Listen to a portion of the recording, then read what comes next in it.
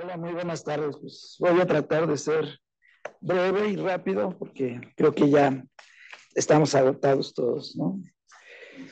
Muy bien, pues voy a hablar un poquito tratando de responder algunas preguntas que yo creo que se han hecho y tratando de responder en lo general, ¿qué es política industrial? Y también en lo general, ¿qué políticas se pueden implementar en distintos países? ¿Y cuál es la importancia de la coordinación de las políticas públicas? Este es un trabajo que he estado trabajando con Alfonso Mercado del Colegio de México, al igual que Yurem Berzaluce también del Colegio de México.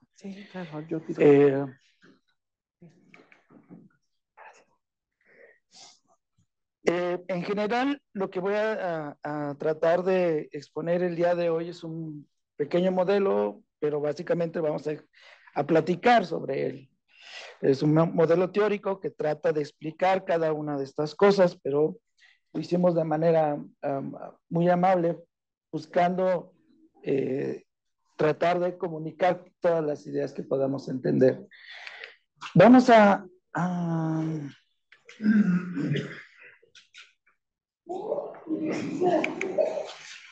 sí, está perfecto.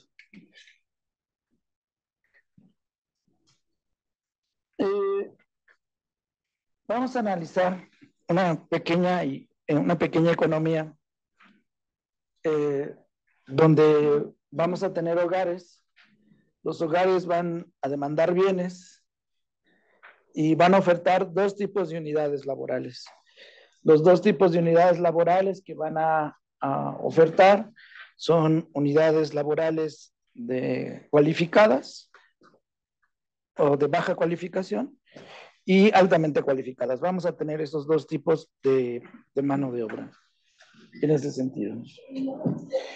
Esto también para ingresar a lo que llamaríamos, vamos a tratar de insertar la educación, ¿no? Porque mucha gente considera, o la mayoría de los países exitosos en política industrial es porque también fueron exitosos en temas de educación, ¿no? Van de la mano. No puede haber un sistema productivo con innovación si no hay una mano de obra calificada que tenga este sector. Entonces, también parte de la política industrial tiene que ver con educación. El problema de la política industrial es que tiene que ver con una serie de políticas. Y el problema de esas políticas es lograr coordinarlas. ¿Cómo coordinas la política de educación con la política de la Secretaría de Economía que tiene que ver, por ejemplo, con temas de insurance, ¿no? Tenemos que platicar un poquito sobre eso y bueno, en este pequeño ejercicio vamos a tener los hogares con unidades laborales de baja cualificación. Cada hogar puede transformar esa unidad de baja cualificación en una unidad de alta cualificación, pero tiene un costo, ¿no? Puede ser el tiempo, el dinero, y todo ese costo lo vamos a cargar a que va a obtener menos de una unidad laboral de cualificación, ¿no? Es decir, ah,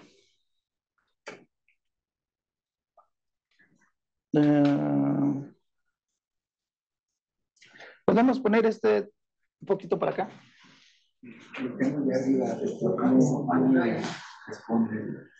Ok, no te preocupes. Bueno, esta primera barra, la azul, va hasta acá abajo, ¿de acuerdo? Y trata de representar el total de unidades laborales en la economía que no son cualificadas, ¿no? Vamos a suponer que en un momento esta proporción de esta que está azul son las unidades o los hogares que deciden cualificarse, ¿no? De esta proporción que decide cualificarse, hay esta pérdida. Pérdida porque, por ejemplo, los 5 años que dedican a la universidad, pues son 5 años que no laboran, por ejemplo. Y también vamos a poner todos los costos que tienen que ver en educación. Aquí vamos a tener una pérdida en unidades laborales.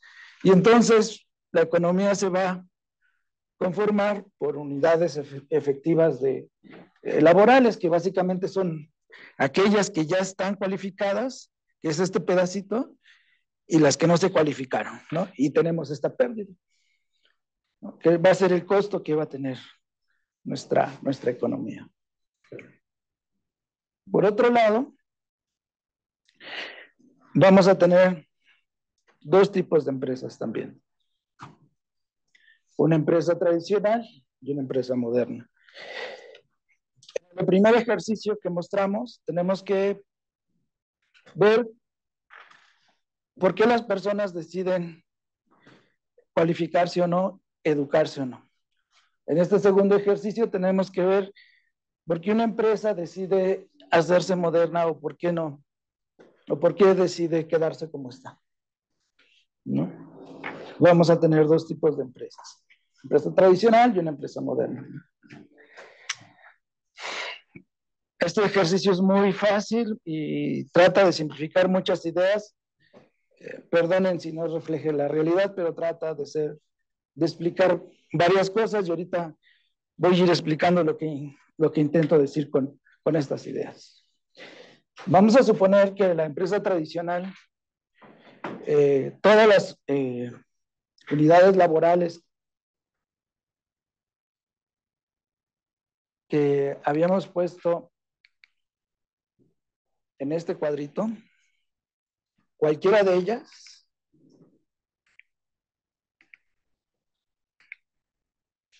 las transforma en una unidad, en un producto.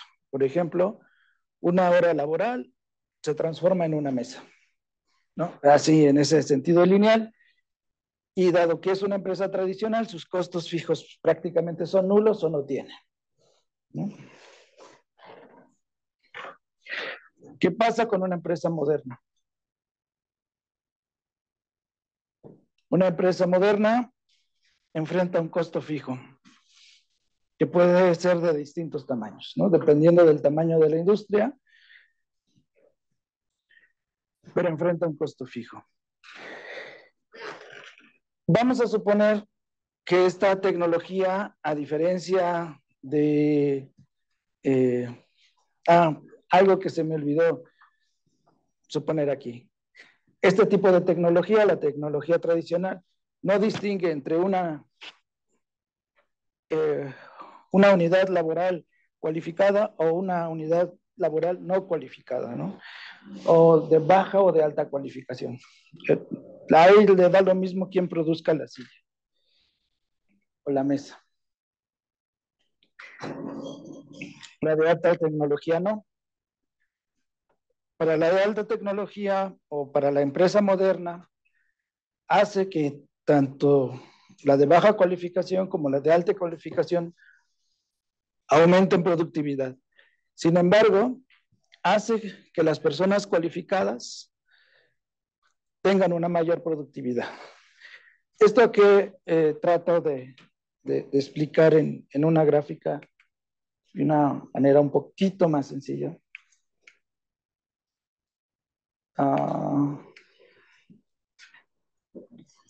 Ya.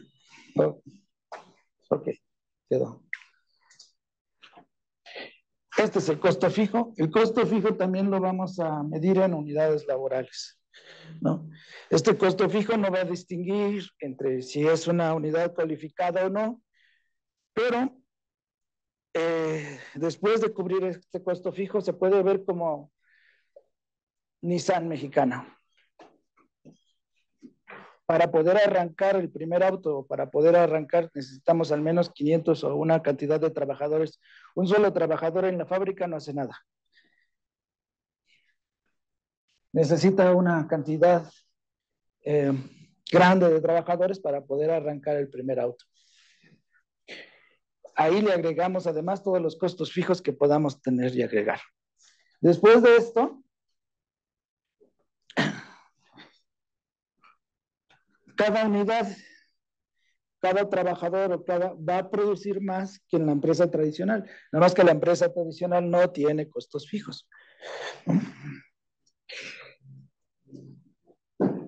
Esta primera línea naranja es la productividad per se que tiene la tecnología. Es decir, cualquier trabajador cualificado o no cualificado puede obtener esta productividad. Y la roja la alcanzan solamente las personas que están cualificadas, tienen una mayor productividad en este tipo de tecnología. Bien, podemos pasar a la siguiente lámina. Solo trasladé esta línea, que es la de las empresas tradicionales, a esta otra. Lo que quiero decir aquí es que después de haber cubierto el costo fijo, se vuelve más productiva que las empresas tradicionales, ¿no? Y pueden producir más. ¿Cuál es la dificultad que tienen? ¿Podemos adelantar? Ay, eso no. ¿Qué pasa? ¿Podemos adelantar, por favor? No, esa. ¿Cuál es la dificultad que tienen? Necesitan tener una demanda alta para poder cubrir sus costos fijos.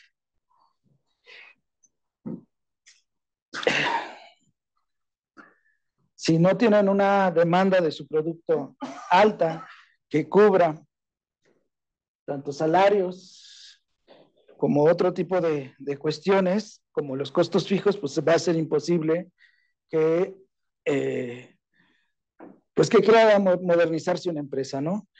Si la economía es muy pequeña, por ejemplo, si pusiéramos este es un supuesto tal vez muy torpe, pero si pusiéramos a una automotriz como Nissan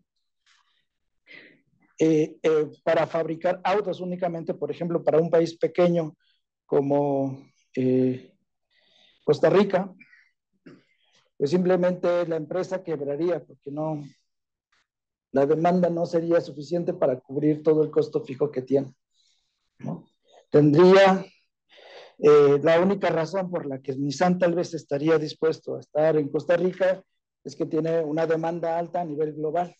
Puede ser en Estados Unidos, Europa, o en algún otro lado, para que pueda cubrir este costo fijo y puede estar ahí, ¿no? Entonces, también, de hecho, esto también forma parte de la teoría que tiene que ver con localización. Las empresas buscan mucho dónde localizarse en base al transporte, qué tan cerca estén, pero consideran en gran factor el costo fijo que van a tener en este aspecto. Además, vamos a suponer que el salario en la empresa tradicional es un poco más bajo que en la empresa moderna, y la empresa moderna también va a pagar una cantidad extra a aquellas personas que ya están calificadas por la productividad que llegan a tener. Podemos... es que nunca me he acostumbrado a estas.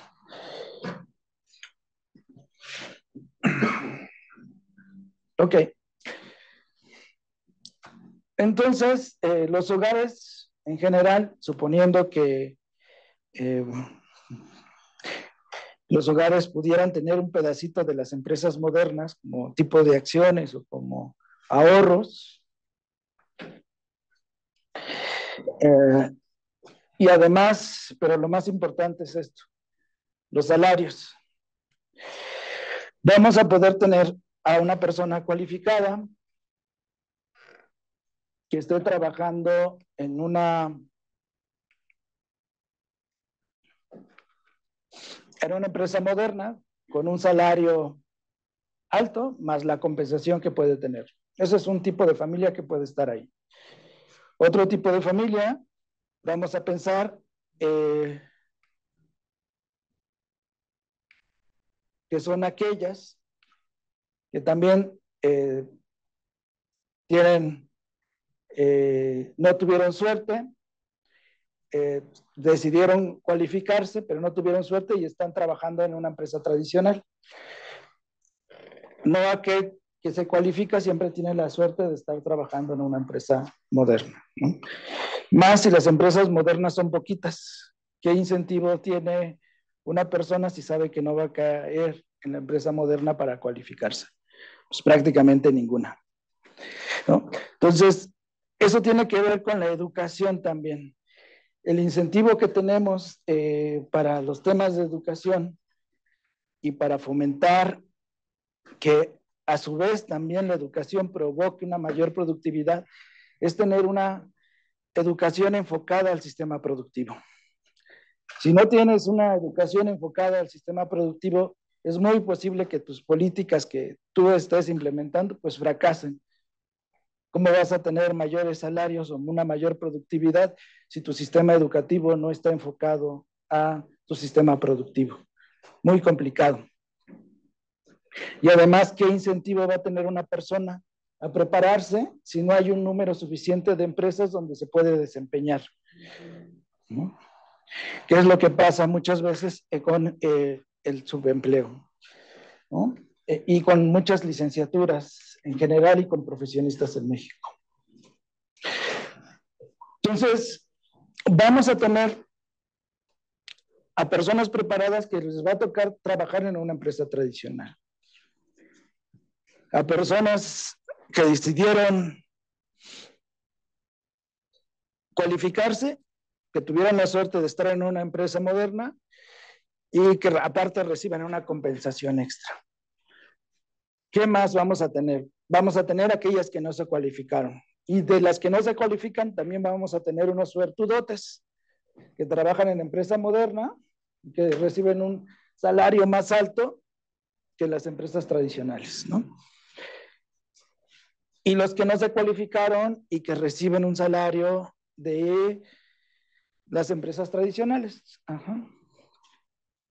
Vamos a tener como estos 4 tipos de posibles salarios, ¿no? Aquí la pregunta es, ¿quién sale perdiendo más? Aquel que se preparó y que no tuvo la suerte de entrar a una empresa moderna, trabaja en una tradicional, pero aparte le tuvo el costo de la educación. Tiene menos unidades laborales. Es el que más pierde.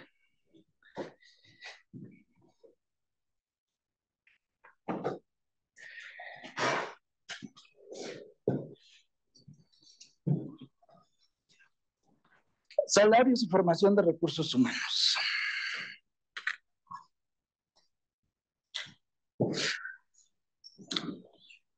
Capacitarse o no hacerlo. ¿De qué va a depender? En mucho. Un factor muy importante para este pequeño ejercicio, pues es el porcentaje de empresas modernas, en ese sentido.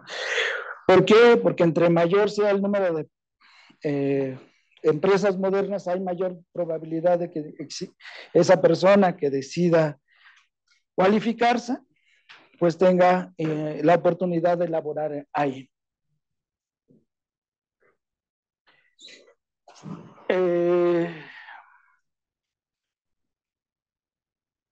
¿Qué más? El pago promedio de una persona que percibe una persona que decide capacitarse. ¿Qué significa esto? Vamos a suponer que tenemos a todas las personas que deciden capacitarse. Algunas van a poder trabajar en el sector moderno y otras que no.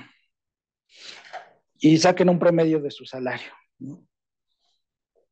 Algunas van a ganar 30,000, va a ser el sector más desigual porque algunas van a ganar mucho y van a perder bastante porque como están pagando su educación al mismo tiempo, ya sea en tiempo o en otro, o en dinero, pues su salario promedio va a ser más bajo incluso que el de las personas no cualificadas, lo cual pues, también sucede bastante en México.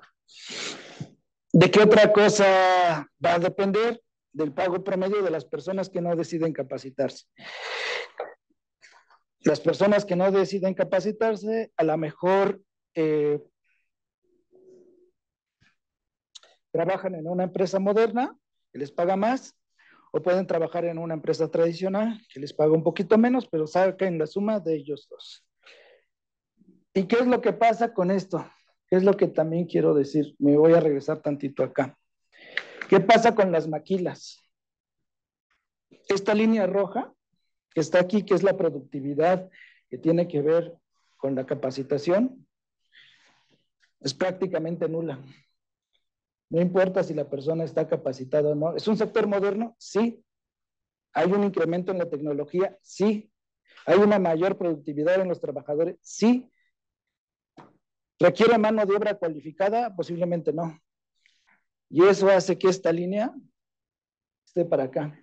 ¿Eso qué quiere decir? Que también depende del tipo de tecnología que se traiga o a la cual se esté modernizando la empresa.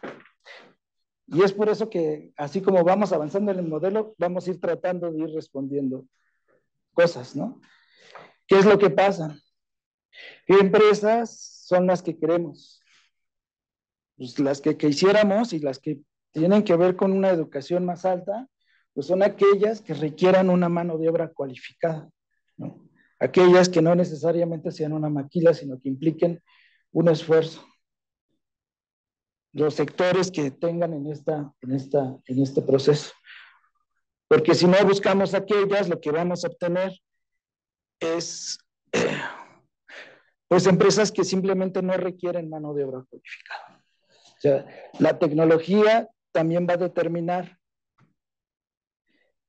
qué tipo de capacitación requieren las personas. Y es ahí donde ya mezclamos al menos dos tipos de política. La política de qué empresas fomentar y traer, o como le quieran llamar, y la política de educación.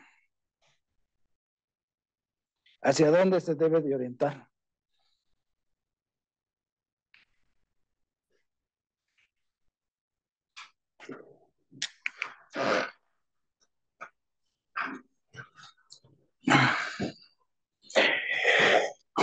Para que el salario promedio de una persona cualificada sea mayor que el de una persona no cualificada, en este modelo se requieren dos cosas. Una, que exista un número suficiente de empresas, vamos a suponer que es este, y la otra es que la compensación que dé la empresa por cualificarse sea mayor al costo educativo. Si esa compensación salarial no es suficientemente alta para cubrir el costo de la educación, pues prácticamente pues también ahí tenemos un problema. Entonces tenemos dos factores ahí, el costo educativo y además también cuántas empresas modernas tenemos. Uno de los proyectos de educación y productividad más exitosos, yo creo que en el mundo, o más relacionados con eso, es el modelo educativo de Alemania, por ejemplo, en donde está muy enfocado y sectorizado la educación al sistema productivo. Por eso también sus tasas de desempleo y todo lo que tiene que ver con productividad y todos estos factores, pues hacen una amalgama excelente en este aspecto. Me parece que también Japón tiene un sistema educativo también ya muy enfocado en temas del sistema productivo. En México, pues todavía no logramos generar políticas de este estilo.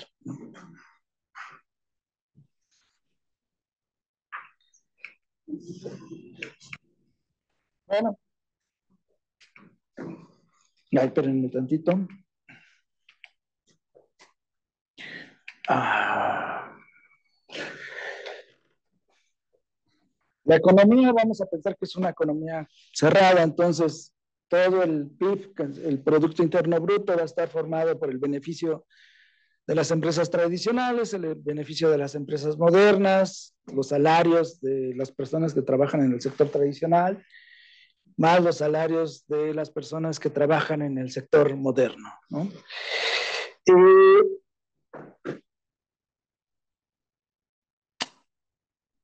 Y vamos a pensar en externalidades, ¿no? Que son como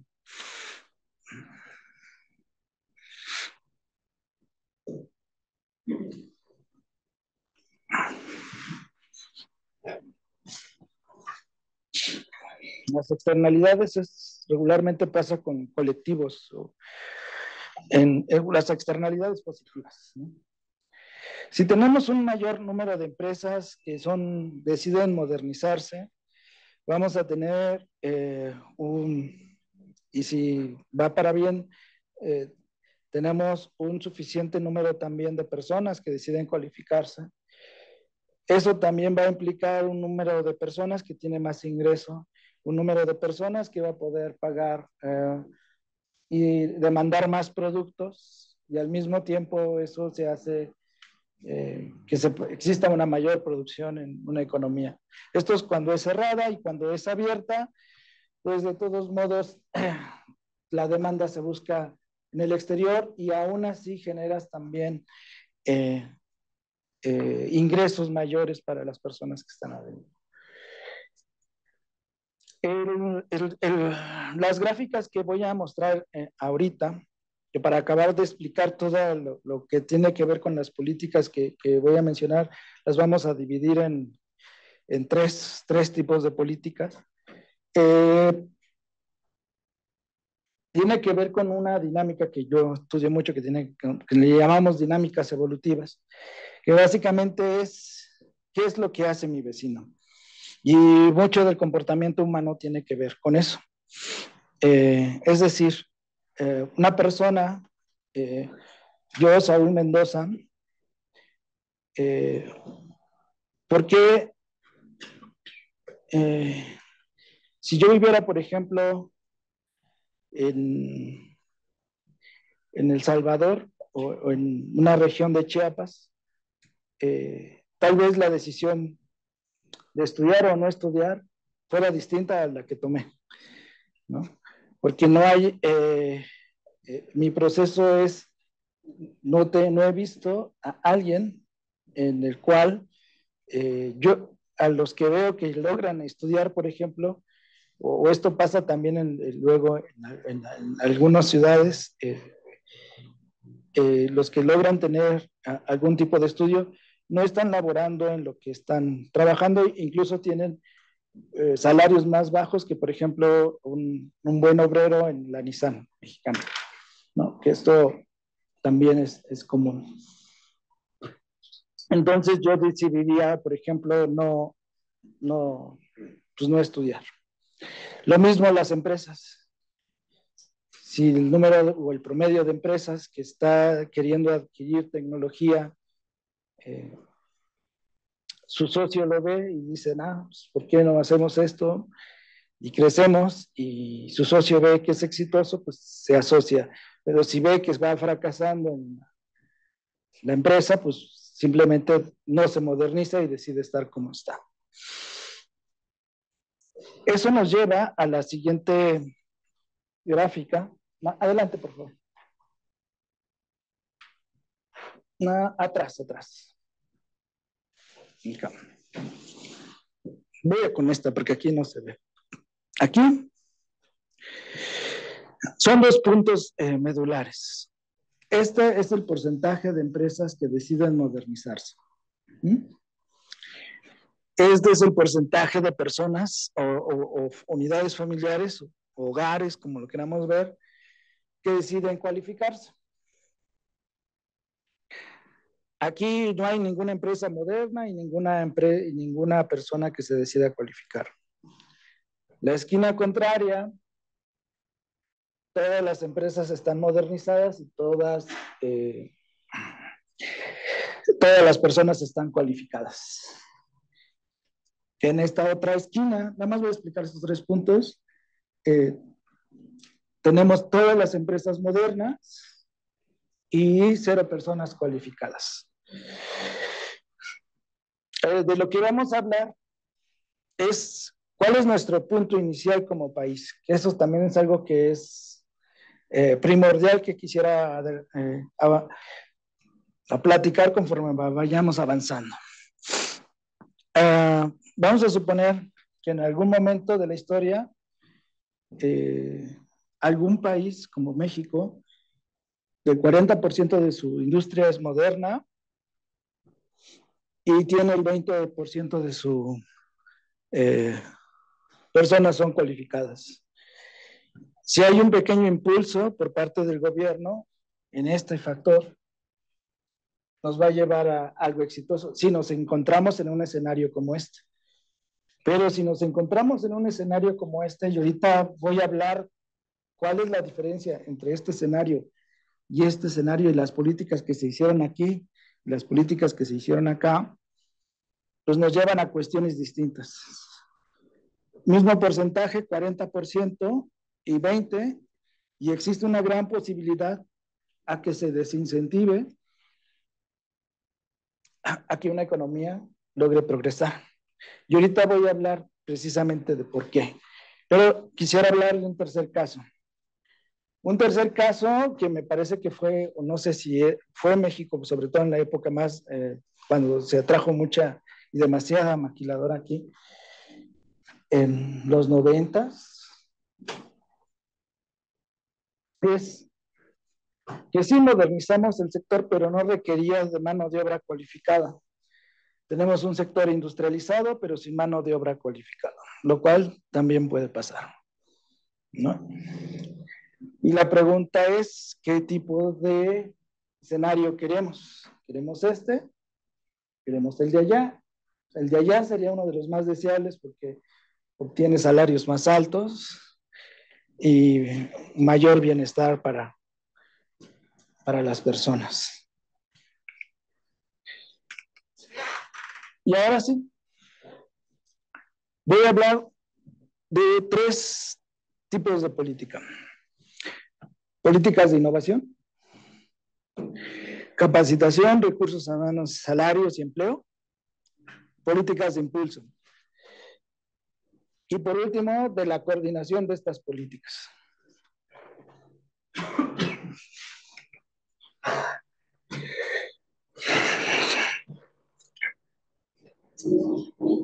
Resulta que para el modelo, el número de sectores que hay en la economía, entre existan más grande sea el número de sectores, es más complicado implementar una política industrial, en el sentido de que se dificulta los escenarios. Sí, está bien. Si esta es nuestra dinámica original, donde tenemos esta estructura, lo que cambia es esta línea, donde esta línea, entre más se haga para acá, dificulta más el tipo de políticas. ¿Por qué? Y eso aquí también responde al tema de por qué las economías medias como México les cuesta saltar a modernizarse. ¿Y qué es lo que podemos hacer para que no pase esto? Lo que pasa es que ya tenemos una economía que tampoco es una economía básica, es decir, no empezamos como Vietnam, no empezamos como Corea en los 50, 60, sino que comenzamos ya en una economía ahorita, en una economía con un número de sectores muy amplio, y lo que se puede hacer y lo que se debe de hacer para que no sea un impedimento el número de sectores es regionalizar. Necesitamos regionalizar todo este tipo de políticas.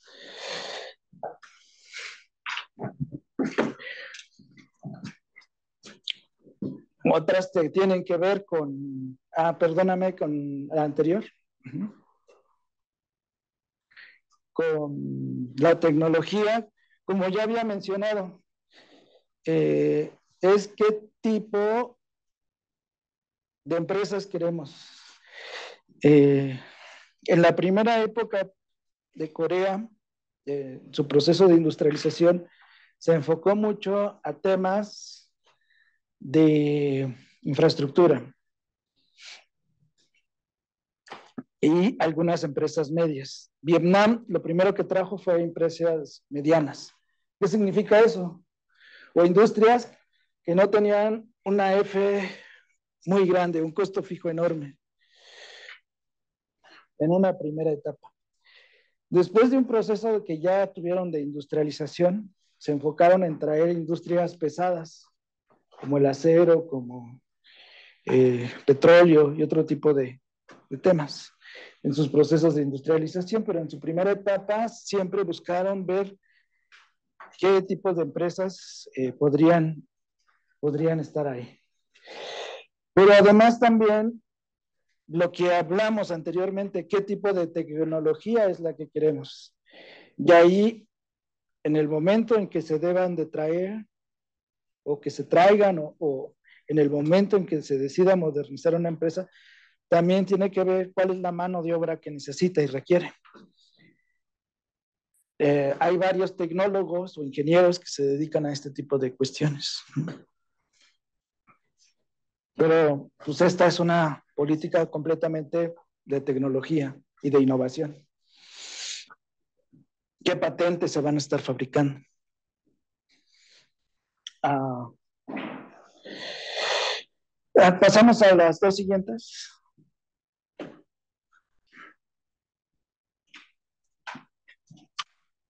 Salarios. Podemos pasar a la otra. Si bien los incrementos de salarios son buenos en tema de bienestar, una vez que hemos alcanzado un cierto umbral en el número de salarios y con la productividad, no podemos seguir incrementando salarios si no hay una productividad que lo sustente. Eso es un tema primordial también. Digamos que México pudo incrementar sus salarios mínimos porque su productividad estaba por arriba de ese umbral, ¿no? Pero si seguimos con este tipo de políticas, podemos llegar a un punto en el que la productividad y el salario pues, se lleguen a descompensar. Cuando hay, vamos a suponer que este tipo de temas, este tipo de políticas de incrementar salarios de manera muy frecuente sí puede dificultar algo la política industrial, pero lo que puede ayudar son las compensaciones o los salarios altos, pero pagados por la productividad, es decir, aquellas personas que se van formando y formalizando. Ahora, regresando al modelo de Alemania, esto no quiere decir que todos tengan que ser profesionistas. Lo que quiere decir es que cada uno que tiene que ser especializado en su área. No estamos hablando de un proceso de tener una nación completamente profesional, estamos hablando de tener una nación completamente capacitada. ¿Qué otro factor es importante? La educación. Y creo que Alemania sigue siendo el ejemplo. La educación pública es gratuita. Toda la educación es pública en ese aspecto, ¿no? Y además es muy bueno.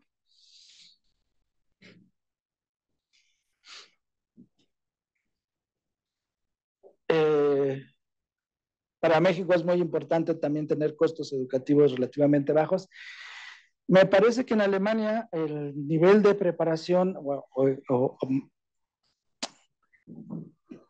de facilidades más bien que hay de prepararse para una persona que decide, por ejemplo, ser obrera y decide capacitarse, esa capacitación no solamente la valida la fábrica ni lo que sería la Secretaría del Trabajo, sino también la Secretaría de Educación, lo que aquí sería la Secretaría de Educación. O sea, tienen mucha flexibilidad a la hora de preparar. Creo que también esos esquemas ayudarían bastante a la capacitación en México.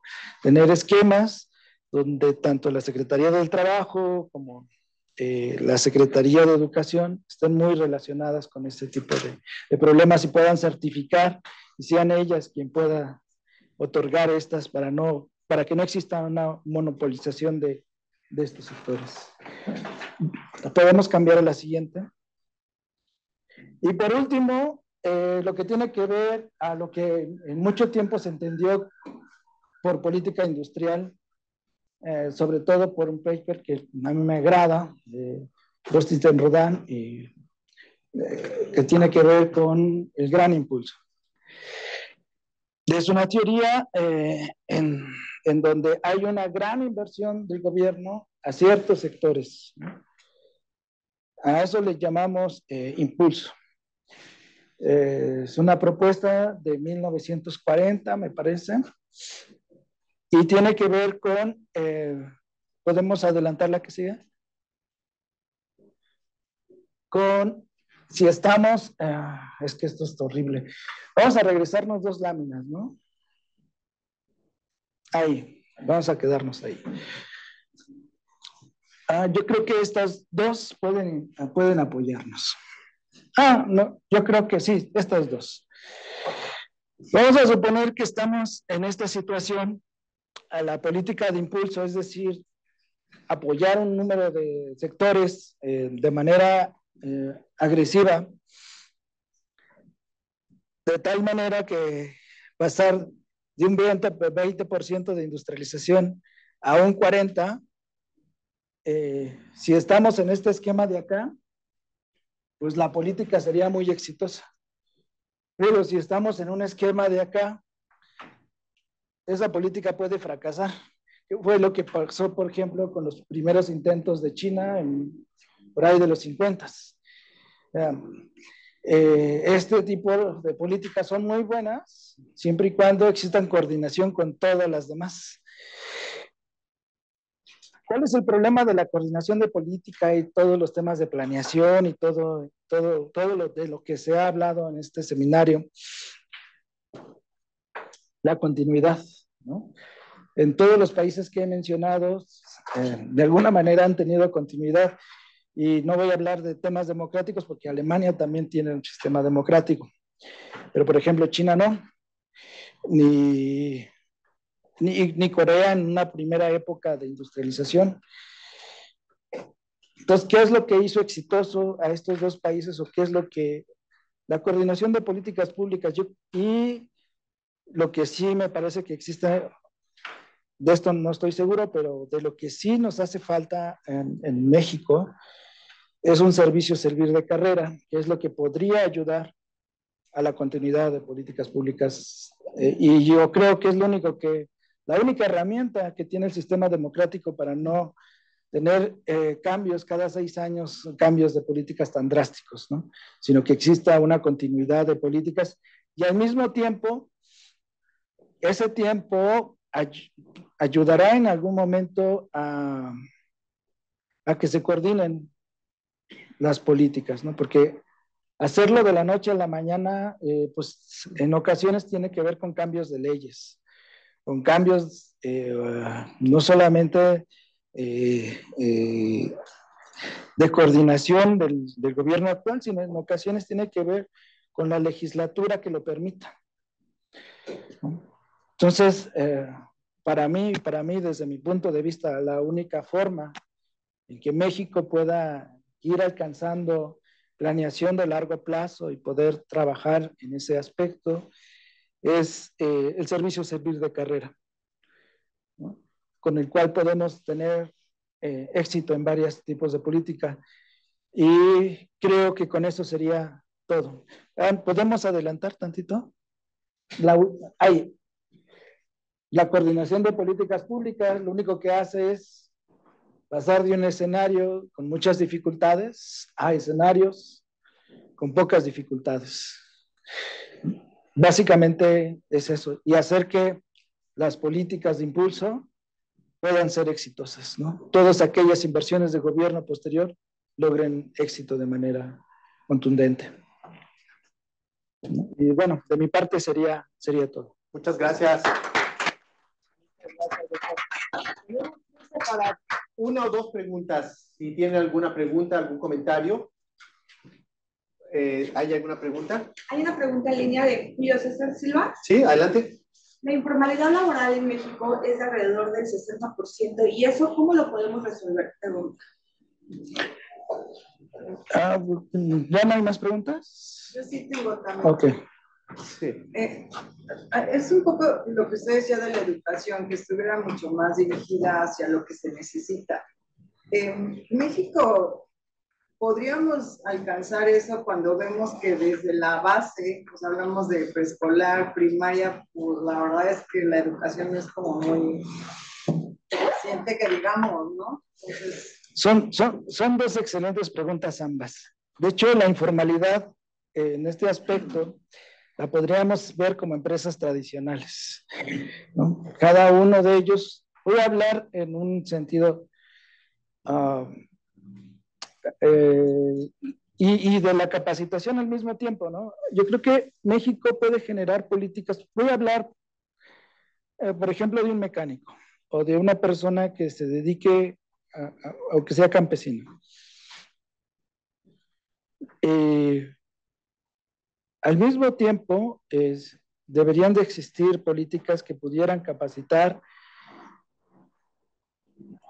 en sentido tecnológico también y con mejoras tecnológicas, aunque sean pequeñas. Esto podría beneficiar, tal vez no sea el gran boom, pero beneficia mucho a las personas. Por ejemplo, las capacitaciones con mecánicos en nuevas tecnologías.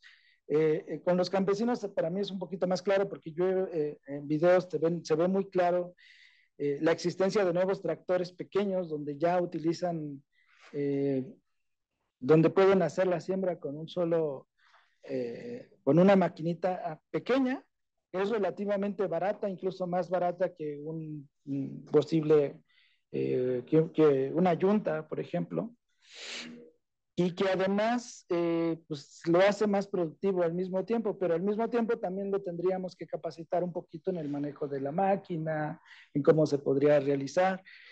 Y es este tipo de pequeñas transformaciones, hay todo el sector informal se puede ver también como una empresa tradicional en ese aspecto, ¿sí?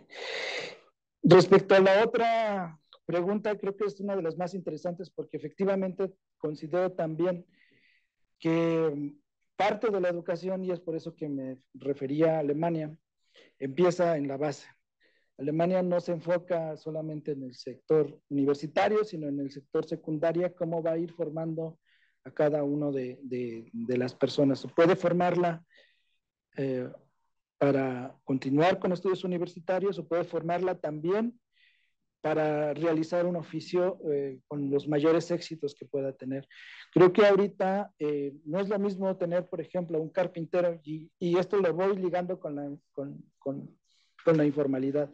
No es lo mismo tener un carpintero en México con poca herramienta y con más horas trabajando para sacar un mueble que un carpintero, por ejemplo, en Alemania con una maquinaria adecuada y con sistemas de seguridad que aparte de su integridad como persona, también le permite tener una mayor dignidad en su trabajo y al mismo tiempo también un mayor salario, ¿no?